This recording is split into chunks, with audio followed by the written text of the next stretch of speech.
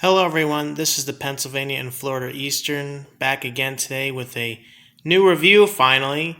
And today we're doing a different direction now.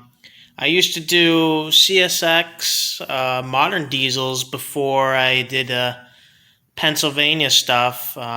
This all started from that 2019 when I got really into HO again after I was like a little kid. I barely had like a layout like this or something, much smaller with the 18-inch curves. But I went with the modern stuff first, and I realized my love came with Pennsylvania later on. So, anyways, this is an SD-50 by Walthers. To me and my club president, these are pretty much the best in the business, in our opinion, when it comes to quality running and longevity running locomotives. These are just so great. They really are making railroad history by doing these models with the quality, and we'll be opening these up too. So I mean, it's not that complicated to open these up. We'll be looking at the motor, which is a 5-pole skew wound. We're looking at some of the driving gears as well. I'm not going to tear it apart, but we're just going to look at what it is and then run it for a bit and go through the features that come with this box. All right, now that I got the box open, I got the Walthers Mainline Valiant Variety for Model Railroaders piece of paper right here. If we open it up, I believe this is just a parts diagram that explodes it up. So we'll look at that.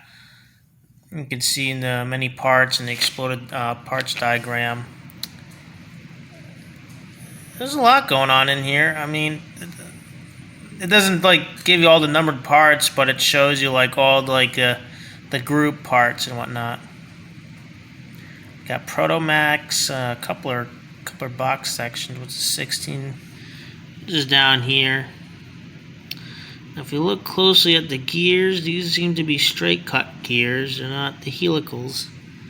Although I wonder what they mean by helical gears with these models. Maybe I'm not looking at them right, or maybe the picture. Oh yeah, they are helical. If it focuses.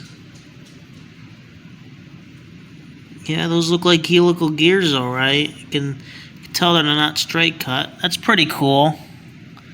Although in reality, the picture is much smaller. You need a magnifying glass. There's some of the truck details. Where was that piece? There's the bottom. There's the shell frame. I wonder what that circular thing is. I think that's the speaker. Might be. There's a DCC ready board. And it looks like that's a 21-pin decoder in this model too.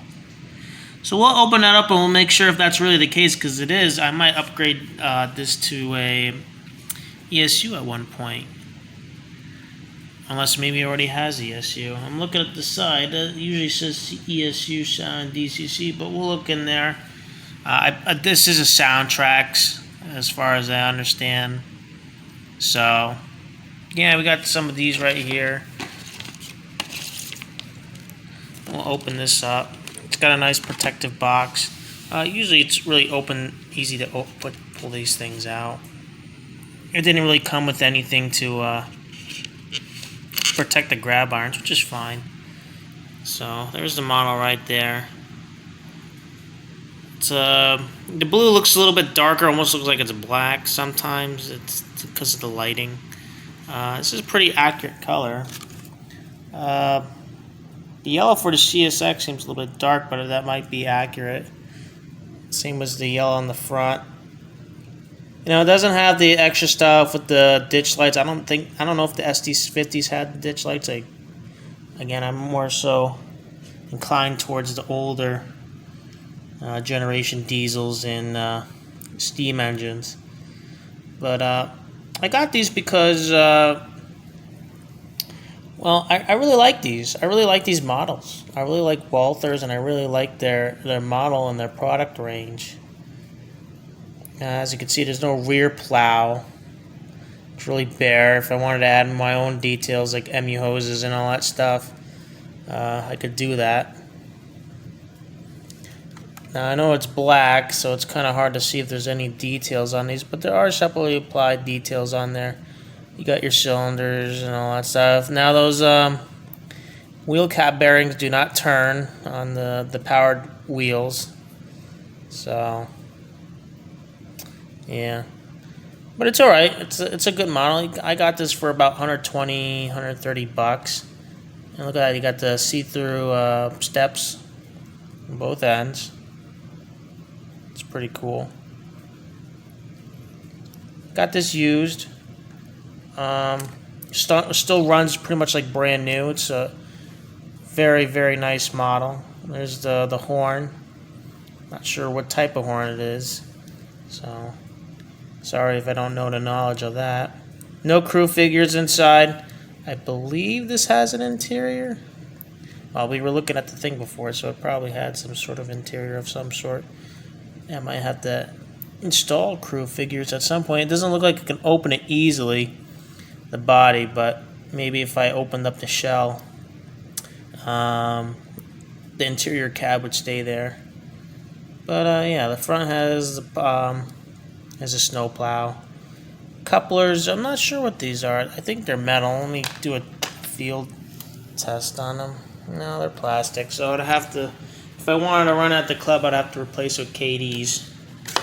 Because, you know, we have club standards, and it's, as far as I know, I sold her as an NMRA thing with it. But, yeah, we'll get into the next segment where I have it opened and we look on the inside. Okay, well, that was harder than I thought it would be. I can't seem to pull the bottom out without possibly ripping out the light bulbs for the headlights of the rear, the locomotive, and then the front. So this is as far as I could really get to like opening it up. Here's some of the screws I took off and the couplers as well for both the front and the back, as well as the water tank. But you could see that this is a pretty low profile diesel motor. It's got one flywheel on one side. There's the can motor right there, if it could focus. Come on. There we go. And then there's the drive shaft. I know it's not showing pretty well, but there it is right there. And that connects up to this tower. And it goes right down to the wheels. Same thing on the other side. It's pretty low profile.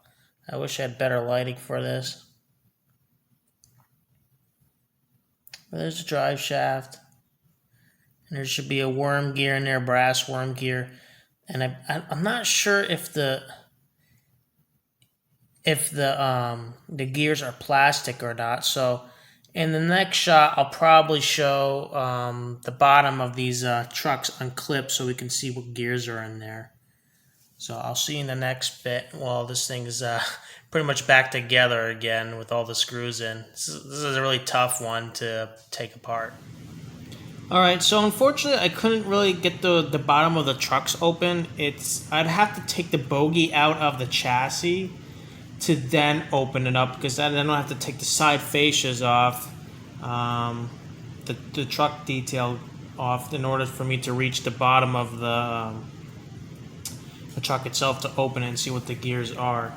I'd probably look up online maybe a picture of what they would look like. That would probably give you a better example. Unfortunately, I don't feel like tearing this locomotive apart, and I thought it would be easier than it would, but, you know, it is what it is. However, I will show that, you know, these coupler boxes, you can use these KD couplers I have here, which I'm going to replace the plastic coupler with these KD couplers. So, on the inside, it's pretty much the same exact copper spring thing in here. I don't know what to properly call it.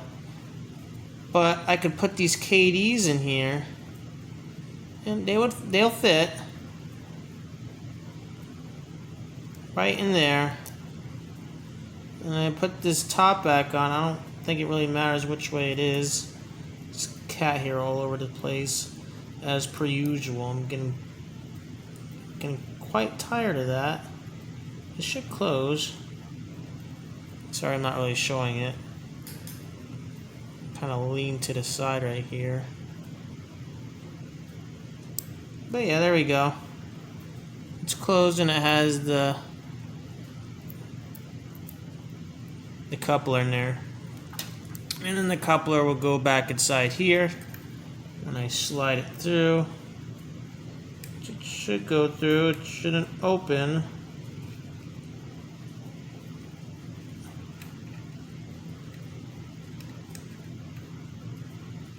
Sorry if it's off camera again. I just gotta make sure this goes in right. Otherwise it doesn't want to go in. Which is a pain in the butt. You would have thought changing couplers on a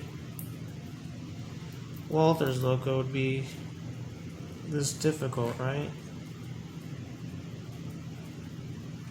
Let's see.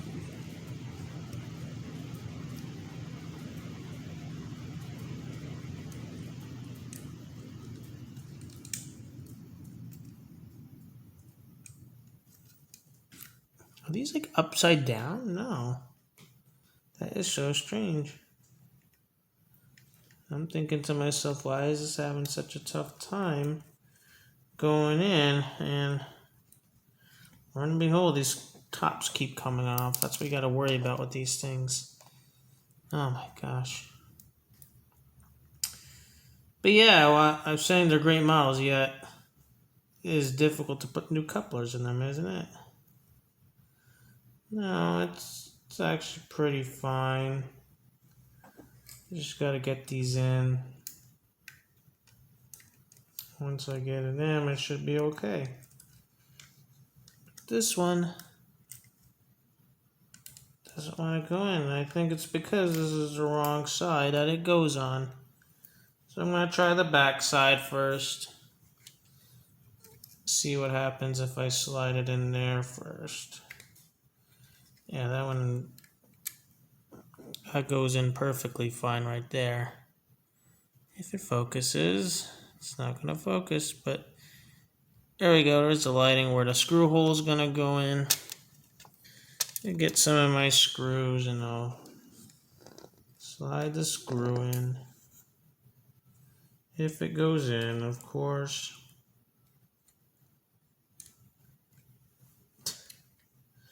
I really should be using magnetic screwdrivers instead of these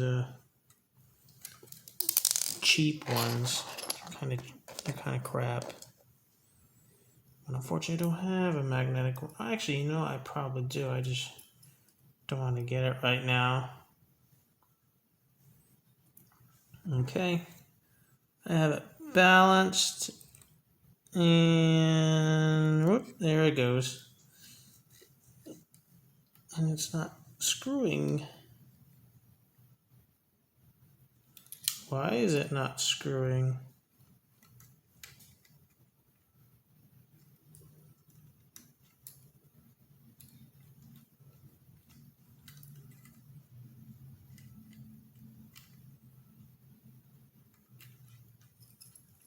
That is very strange.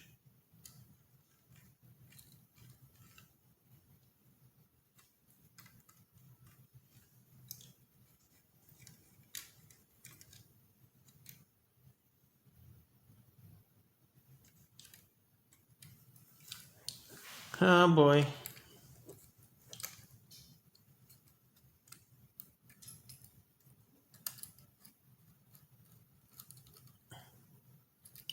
Can't find it? What the heck is going on?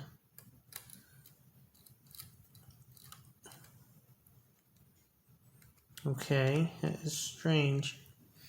Alright, well, I got that in, but it's for some reason it's not screwing, which is strange. I don't like that. Alright, well, we'll see if we can get... There goes the screw. It doesn't want to screw where it's supposed to go. Which makes me wonder where the hole is.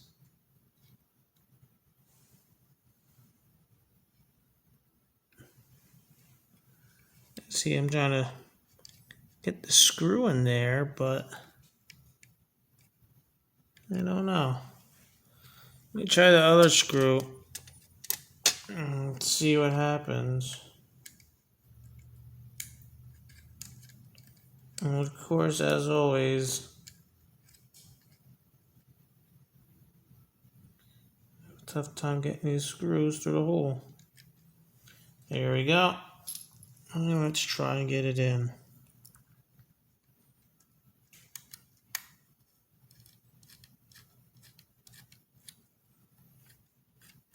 Nothing, it's not screwing. And I don't understand why. I swear I'm in the hole. Well, I'll see you in the next segment. Until then, I'll figure it out by then. Okay, so I figured out why I couldn't get those couplers back into place is because I used the longer screws that connect the body to the chassis were in the wrong place. They were the wrong ones. The longer screws were supposed to go onto these coupler boxes. So now they have KD couplers. I think we're ready for some operations. Now, since this is a Soundtracks decoder, which it doesn't tell me it has a Soundtracks, but I could tell it's Soundtracks most likely, is that it turns on automatically. ESU's decoders, you can turn them on with a function. Soundtracks is pretty much, it's already on, kind of like Tsunami and all that stuff. With my older reviews with the after in Genesis P42. So let's turn this baby on. You put in the address first for 8606. Power on. Let's see. No movement. That's strange. Oh, no, I think I have it at 03. I didn't even program it.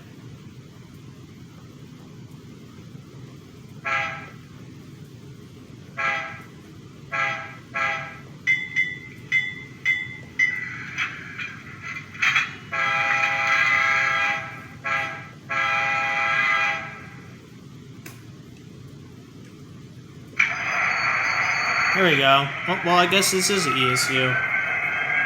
I am wrong, guys. Sorry. I guess you can turn it on and off. Oh, never mind. It is.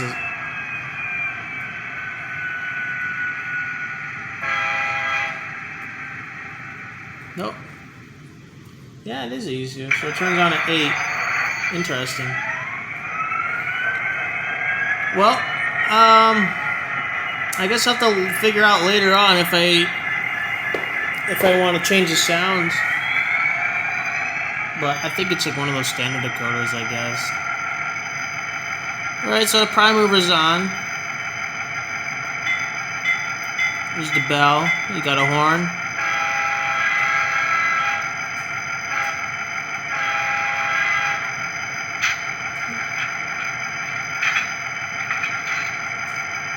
F5, F4 is doing something. F6, F7, got the F0 to turn on the lights and the number boards. It's really nice. And when you go into reverse, the number boards turn on as well. Can't really see it. But it does happen. We'll see it as this locomotive comes back around with the freight train going in reverse. We'll probably see that. But, yeah, it's a really nice model. I mean, for a standard model.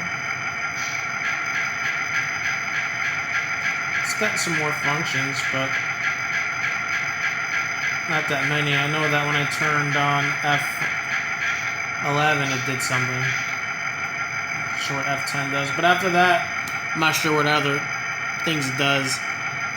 It's strange, because I thought it was a Soundtracks. I'm not really sure what it is now. They didn't tell me in the box what it was. If it had ESU. It just said it had sound DCC. Alright, so I'll let her go around the layout. And I hope you guys enjoyed this train video. I mean, it's going to be really cool seeing this thing run. I haven't run any of these modern diesels for a long time.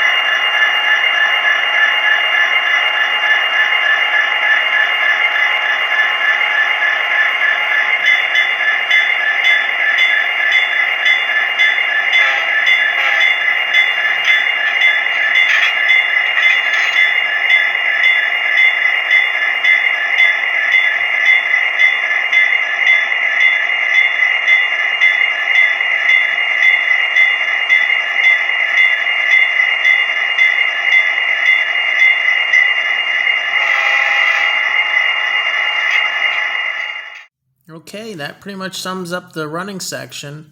I'm really amazed about the slow speed that these locomotives can do by Walthers. It's just I've seen videos with the Intermountain diesels and the scale trains, but when it comes to slow, these go slow. I'm not sure the gearing ratio or anything like that. More like all the techniques that go into it. I might know some of it, but I know that there's some sort of small keep alive, and that keeps it going. But for some reason, when it goes so slow, I don't know what the CV values are on this, or how much break in when I got this used on eBay. But damn, this thing is really good at slow speed. It is unbelievable. It's pretty much as good as my Bachmann. Although I would say the Bachmann is not as good as this when it comes to slow speed.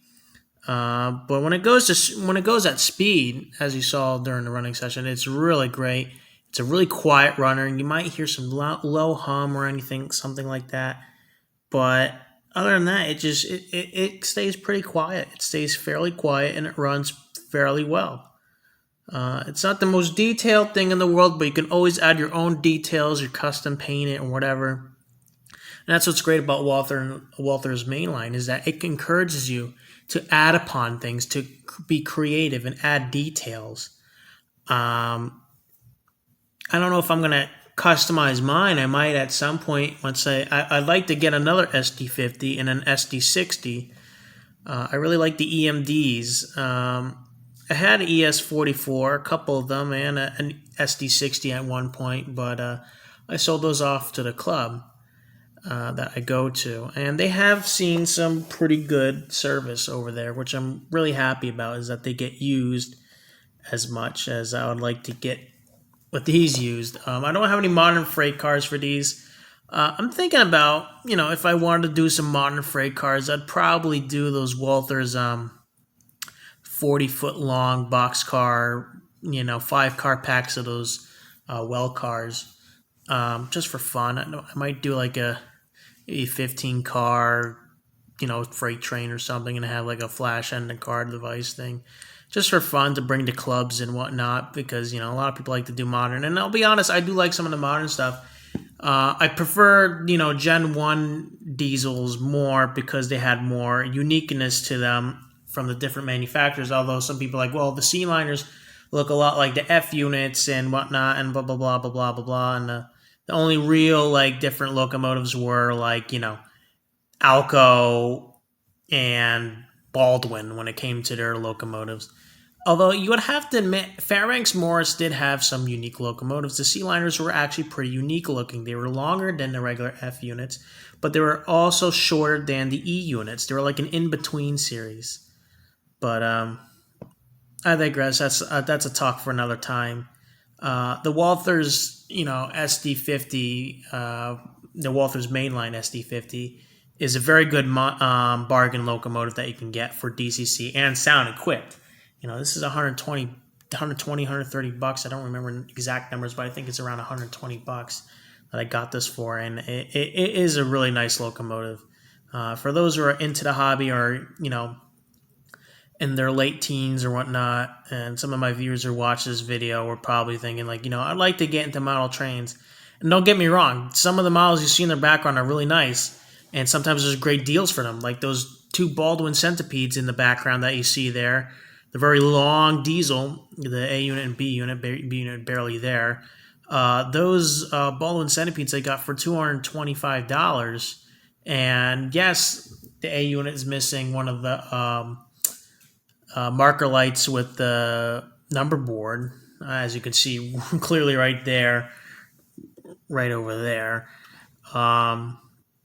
And the coupler for the rear of the A unit, I have to glue it. I had to use the plastic cement to fuse the plastic, piece that held the coupler back to the frame. The plastic frame arm that connected to the powered wheels. And of course I asked for, I only asked for $15 in a refund, because it's just like there's better ways to wrap things up. But yeah, you can get good deals at some of these locomotives sometimes, but some of these have really fragile parts compared to this. And I mean, yes, these are pretty fragile, but they're bendy, and they always go back to place unless you hold it in one place for a while. And that's the problem with modern diesels; they usually have a lot more fragile parts than the Gen 1s and whatnot. If I were to rate this, I would say this is a perfect locomotive for anybody. Perfect model, range, Walthers Mainline, for beginners who want to get into the model train hobby. Yes, it's $150. You could spend $150 on average is what they are new. You could spend $150 on almost anything else. And, to get started, you need, I recommend getting the Digitrax Zephyr. And you have to get some wires to hook up to, this Bachmann connector. I mean, I could show you right now. It's just, you need to do some work on this, and then you got to make sure over time you're gonna have to cut a little bit more of the wires so that you can have some clean copper exposed so that you have nice pure connection. And yeah, it's a little bit tricky. I wish there was a piece from Bachmann that can connect to the Digitrax. That would be really great for newcomers. So you don't have to do something stupid like this, but it is what it is what you got, and this is amazing. This can do anything for you.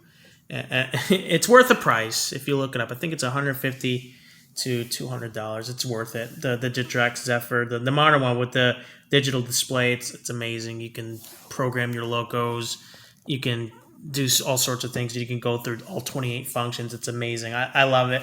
I can't wait to get the handheld one with the wire so I can bring it to the club because it's mine and I want to operate my locomotives and do. Sometimes some of them have the unique whistles and as an alternative, and I want those instead. But my club, you have to do like jump, it's a whole bunch of shit. Going off of track, sorry for getting off track. But yeah, once you get like a nice loop of track, which is about $100 with, if you want the widest radius, if you have the room with the 35.5 inch radius, and I got 4 pieces of Bachmann straight track with this power, node track piece where you can re-rail and whatnot your stuff. It's like a couple $100. I would say it's about $300 in total to get the track and the system up. You might think that's pretty expensive. I'm like, yeah, but if you want to get right into DCC and start having a lot of fun, plus it's $450 without freight cars. I know, you might as well get one of those simple DC sets. If you want to get that, go ahead. But if you want to go right into DCC, start with Walthers Mainline. They do have F units. They do have PAs, which might see a review in the future of PAs from Walthers. I'm glad I got back into Walthers. I was getting worried with all these Broadway Limited locomotives that I had, which it's not a totally bad thing. It's just that, I'm putting all my eggs in one basket here, and then eventually, decoders go out and it's money to replace them as the warranty expires on these things, unfortunately. But, and me, I only have 2 Bachmann steam engines or something, or Pennsylvania. I don't think I have anything else from any other company for Pennsylvania. No, I do. I have the Proto 2000, which is a Walthers lifelike product, but I already did a review on that. Anyway, I give this locomotive a 9 out of 10. Why did I give it a 9 out of 10? Because it's kind of hard to open that up to really show what's going on under there, and I'm pretty sure there's not much. I also figured out that there's no cab detail, which is fine. I don't really mind. It is what it is. It gets you into the hobby. All right, then. I hope you guys enjoyed this video. I'll see you in the next review or in the next running session. See you later, and have a great day.